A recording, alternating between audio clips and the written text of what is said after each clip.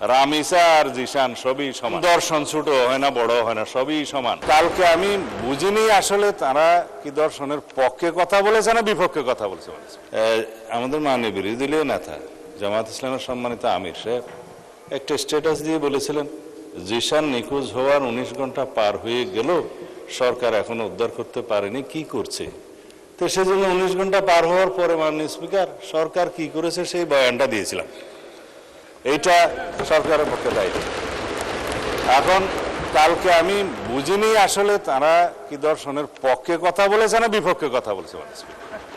কারণ মাননীয় মন্ত্রী, আমরা তো দুর্নীতি দমন কমিশন নিয়ে আলাপ করছি। ঠিক আছে, এটা উপরই শেষ তাইলে দুর্নীতিতেই যাচ্ছে। মাননীয় স্পিকার দুর্নীতির ক্ষেত্রে বলেছে উচ্চ এবং নিম্ন দুর্নীতি। আইনে কিন্তু ডেফিনিশনে উচ্চ দুর্নীতিও নাই, নিম্ন দুর্নীতিও নাই। দুর্নীতি এবং দুর্নীতি একই ডেফিনিশন। এখানে দুর্নীতি ছোট হয় না বড় হয় না, যেমন দর্শন ছোট হয় না বড় হয় না, সবই সমান। রামিসা আর জিশান সবই সমান দর্শনের ক্ষেত্রে। মানে স্পিকার একটার বিচার চাইবে আর একটা চাইবে না, তা হয় না। আমরা দুর্নীতি দমন কমিশনকে যেহেতু শক্তিশালী করতে চাই, এটা জাতির প্রত্যাশা, সেজন্য এখানে কিছু ইনফ্রাস্ট্রাকচার আছে, কিছু আইনে আছে, কিছু রেভিনিউ বৃদ্ধি আছে, সব মিলিয়ে যেই অর্থটা ব্যয় হয়ে গিয়েছে সেটা তো ইন্টারিম গভর্নমেন্টের সময় হয়ে গেছে, আগামীতে আরও হয়তো আসবে। সুতরাং এই ব্যাপারে ছাঁটাই প্রস্তাবগুলো নামঞ্জুর করার জন্য আমি আহ্বান জানাচ্ছি আপনাকে। আর তারপরে তো ভোট হবেই। ধন্যবাদ।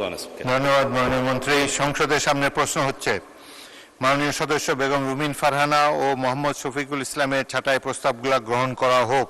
যারা এই প্রস্তাবের পক্ষে আছেন তারা হ্যাঁ বলুন, যারা এই প্রস্তাবের বিপক্ষে আছেন তারা না বলুন। আমার মনে হয় না জয়যুক্ত হয়েছে, না জয়যুক্ত হয়েছে, না জয়যুক্ত হয়েছে।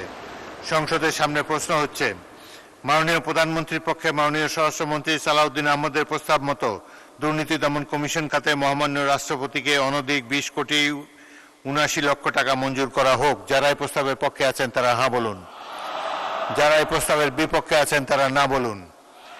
আমার মনে হয় হ্যাঁ জয়যুক্ত হয়েছে, হ্যাঁ জয়যুক্ত, হ্যাঁ জয়যুক্ত হয়েছে। অতএব দাবি নম্বর 55 সংসদে গৃহীত হলো।